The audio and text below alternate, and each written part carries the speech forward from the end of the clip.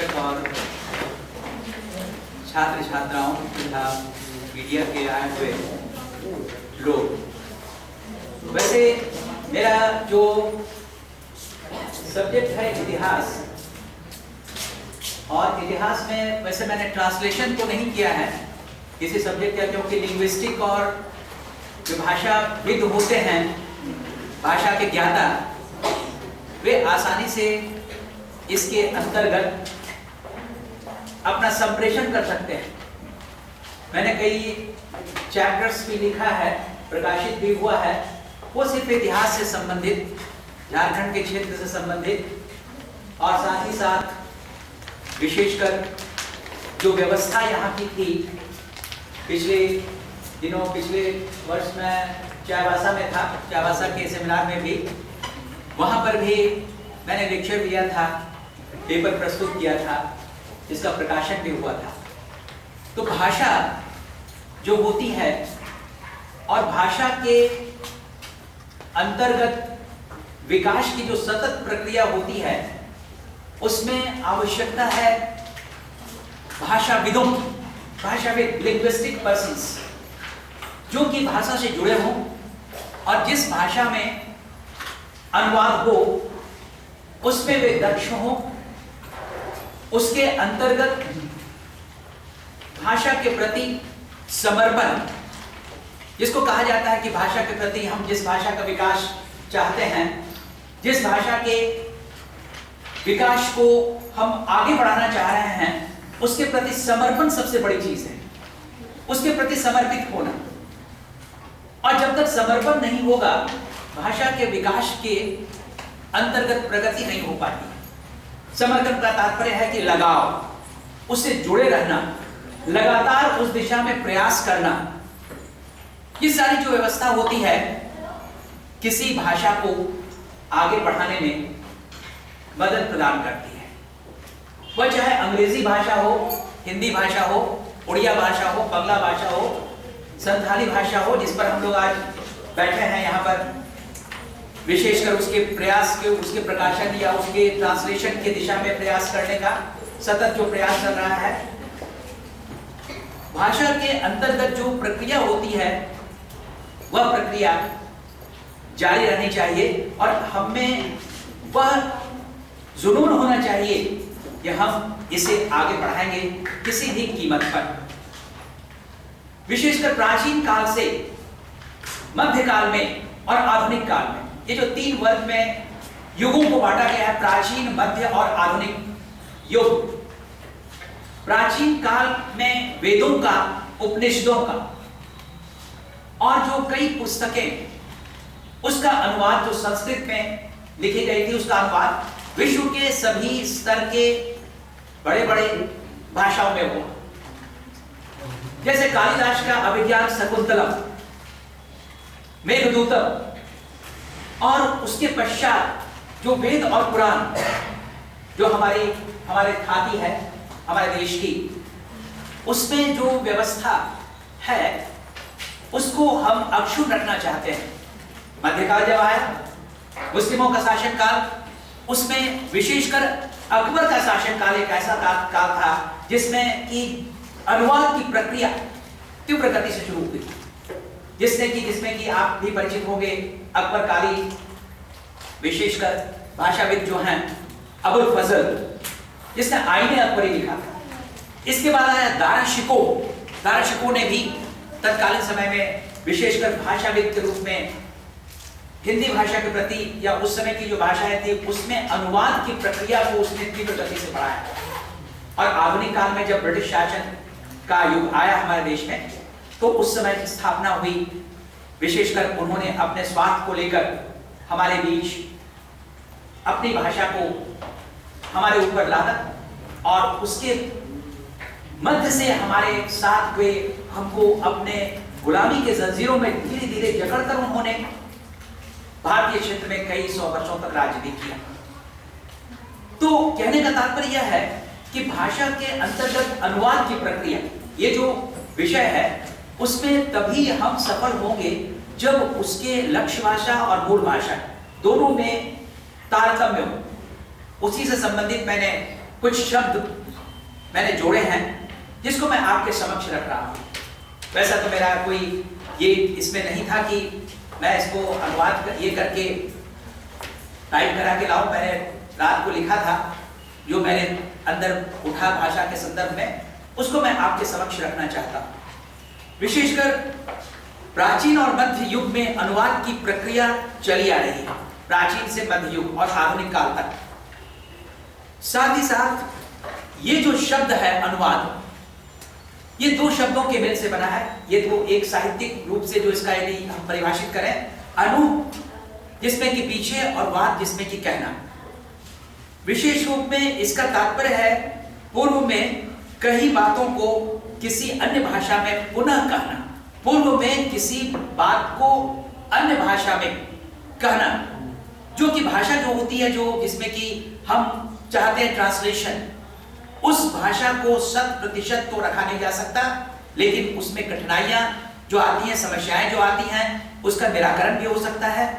और उसके निराकरण के संदर्भ में विशेषकर परिभाषा, जो कि अनुवाद की परिभाषा है कि अनुवाद क्या है, जिसमें कि कुछ अनुवाद की परिभाषा में विशेषकर एक शब्दार्थ चिंतामणि कोश, इसके नाम से आप परिचित होंगे, जिसमें विशेषकर यह कहा गया है कि अनुवाद का अर्थ प्राप्तश्यं पुनः कथने, प्राप्त जो है उसको पुनः कहा जाए, जो हमने लिखा है उसको पुनः दूसरे रूप में कहकर, ताकि उसके अर्थ में परिवर्तन नहीं हो, अर्थ ज्यों का त्यों रह जाए।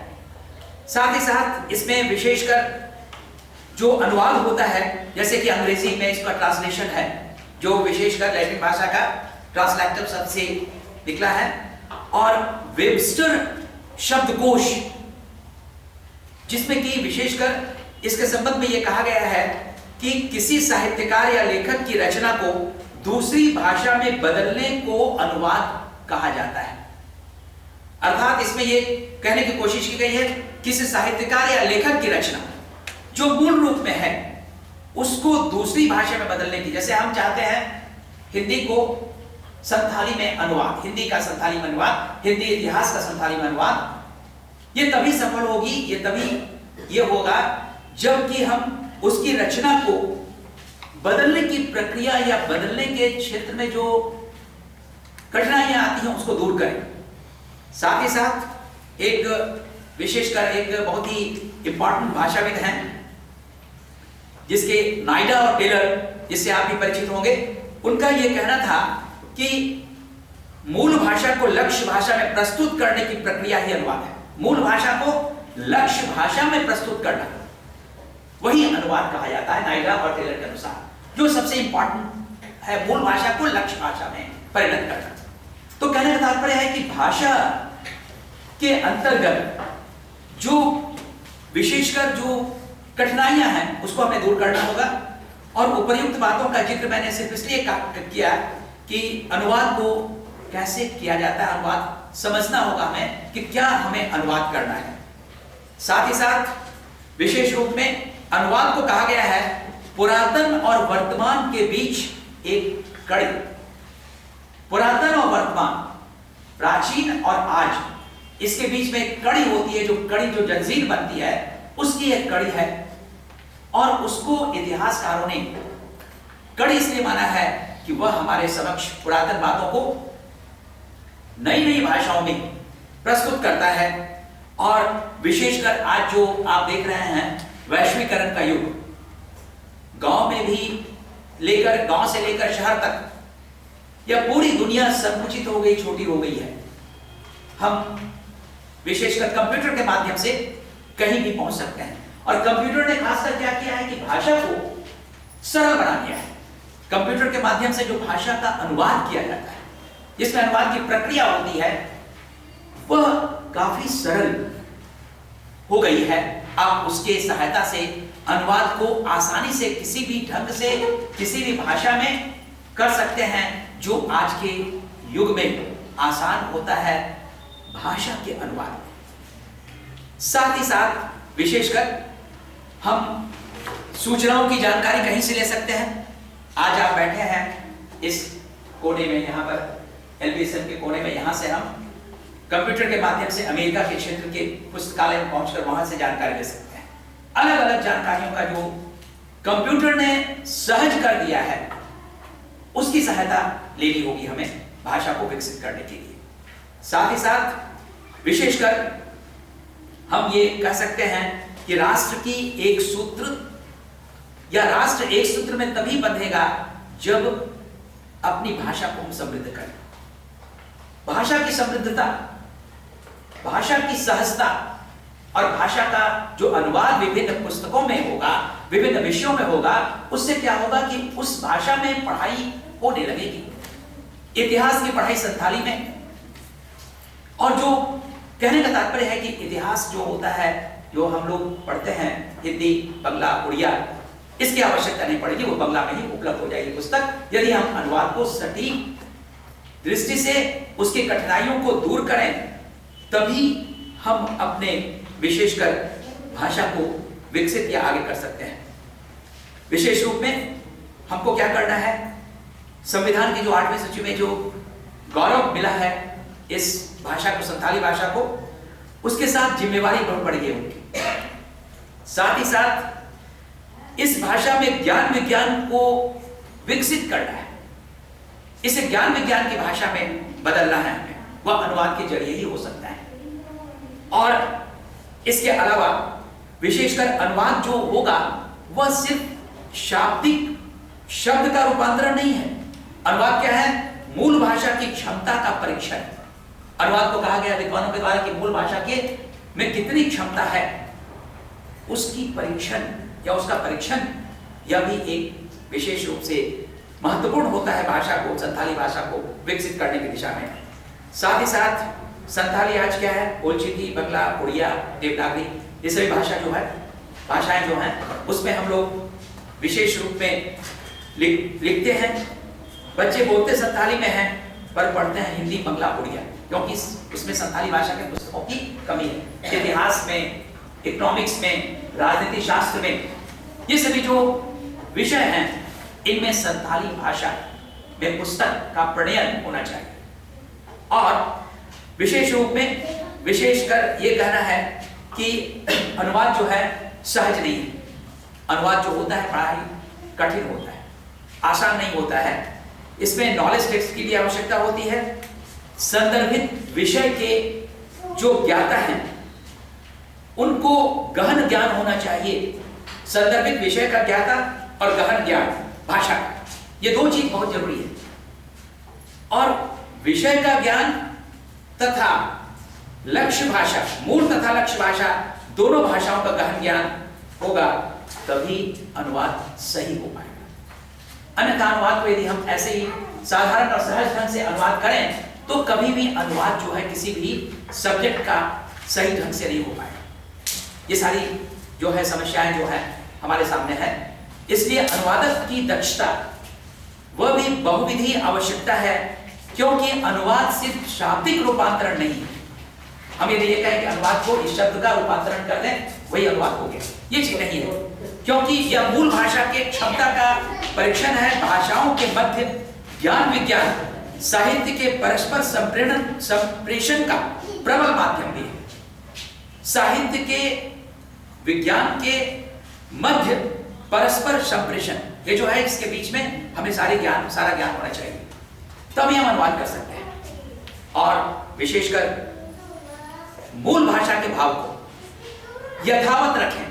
मूल भाषा के भाव को नहीं बदलें, मूल भाषा के भाव को यथावत रखते हुए लक्ष्य भाषा में समुचित तथ्यात्मक प्रस्तुति करें, तभी वह सही अनुवाद होगा और सच्चा अनुवाद होगा। आवश्यकता है आज संथाली भाषा में अधिक से अधिक ज्ञान विज्ञान से संदर्भित पुस्तकों का अनुवाद हो, और विद्वान चाहे वे इतिहास, राजनीति विज्ञान, भौतिकी, रसायन, प्रबंधन, अभियंत्रण कहीं के हो, उनको आगे आने की आवश्यकता है। और विशेषकर उन्हें निरपेक्ष नहीं रहना होगा।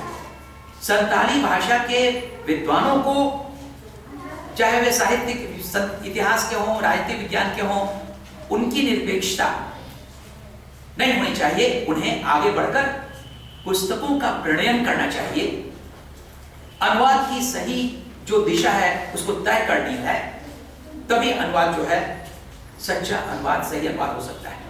आज जो है भारतीय भाषा संस्थान और राष्ट्रीय अनुवाद मिशन की ओर से इस दिशा में जो गहन प्रयास किया जा रहा है, उससे उसका लाभ हमें संताली भाषा को तभी मिल सकता है जब हम सचेत हों, सजग हों, संताली भाषा को समृद्ध बनाएं और अनुवाद की सहायता से, ताकि ज्ञान विज्ञान के किसी भी क्षेत्र में इस भाषा की पुस्तक का या इस भाषा की पुस्तक की कमी हमें महसूस नहीं हो।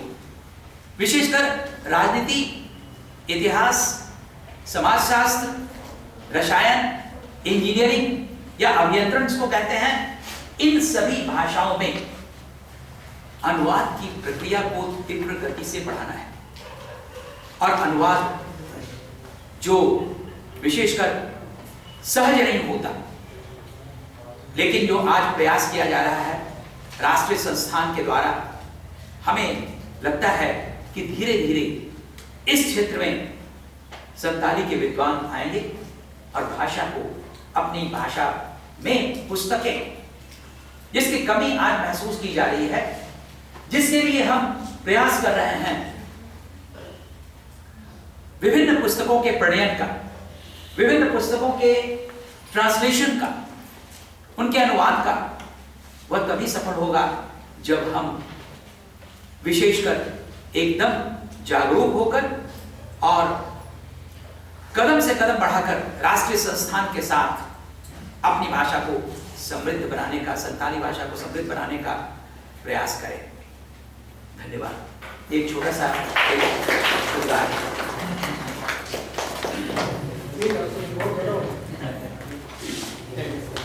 बहुत धन्यवाद सर आपको, क्योंकि मैं इतिहास का अनुवाद संताली में कैसे में किया जाए, या ज्ञान विज्ञान का जितना भी में विषय है उस संताली में कैसे अनुवाद किया जाए, इसके संबंध में अपने हमारे देश में बहुत में विस्तृत रूप में आप प्रस्तुत की, इसीलिए आपको पुनः धन्यवाद देते हैं। यदि कोई प्रश्न है आपके मन में तो सर अभी है, पूछ सकते हैं। किसी प्रश्न है हिस्ट्री के बारे में तो सर बैठे हुए प्रश्न पूछिएगा।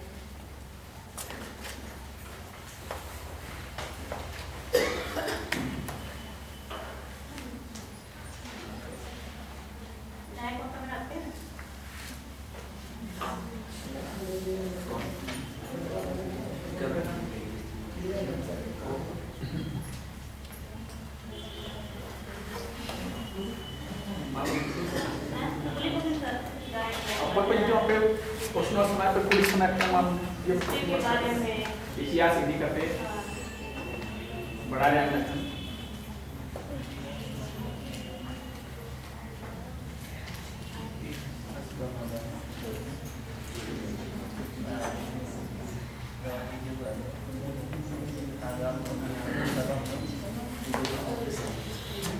जाए खुली रहा ऑफिस बनवाना।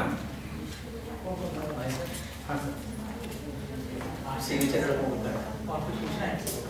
कोई इतिहास के बारे में अगर कोई पूछना है किसी इतिहास के बारे में प्राचीन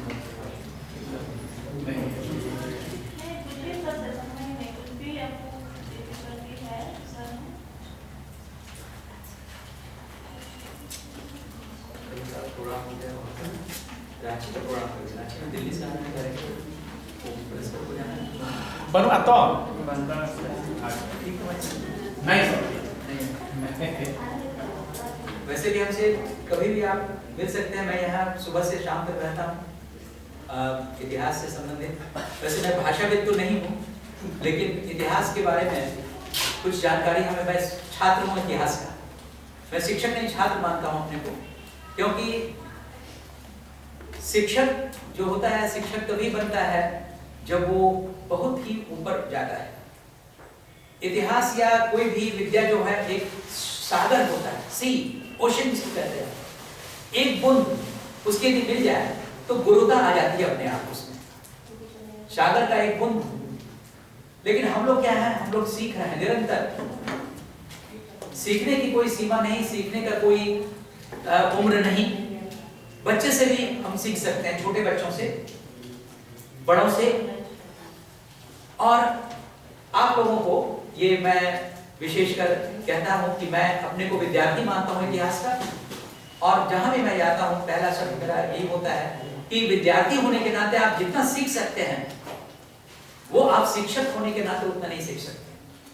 आप यदि अपने को शिक्षक मानिएगा तो आप सोचेंगे कि मैं पूर्ण हूं, मैं शिक्षक हूं, लेकिन शिक्षक कभी पूर्ण नहीं बन पाता है, क्योंकि सागर है, सागर में आप कहां समाएंगे। और उस विद्या के सागर का एक बूंद यदि आपको मिल जाए तो आप विद्वान हो जाते हैं। बड़े बड़े जो विद्वान हैं विश्व के या कहीं भी, तो सदा छात्र बने रहिए, छात्र बने रहें, उससे सीखने की प्रवृत्ति बराबर मिलेगी। बड़ों से भी सीखिए, छोटों से भी सीखिए, और सीखने का कोई उम्र नहीं होता है। ठीक है, धन्यवाद आप लोगों को। और मुझे वहाँ कुछ कार्य स्टूडेंट सब बैठे हुए हैं, मेजर करना है, और इतिहास से संबंधित कोई भी जानकारी के लिए आप हमारे पास कभी भी आ सकते हैं। मैंने बच्चों को छूट दे दिया है कि आप जब भी आए, जो भी सब्जेक्ट है, प्राचीन काल, मध्यकाल, आधुनिक काल से संबंधित घटनाक्रम, क्योंकि मैं सभी इतिहास को पढ़ाता हूँ, सारे इतिहास को, और इतिहास का जो एक रूप होता है उसको मैं यहाँ पर मैंने अपने छात्रों को आज तक दिया है और देते आ रहा हूँ जब तक मैं रहूँगा। धन्यवाद।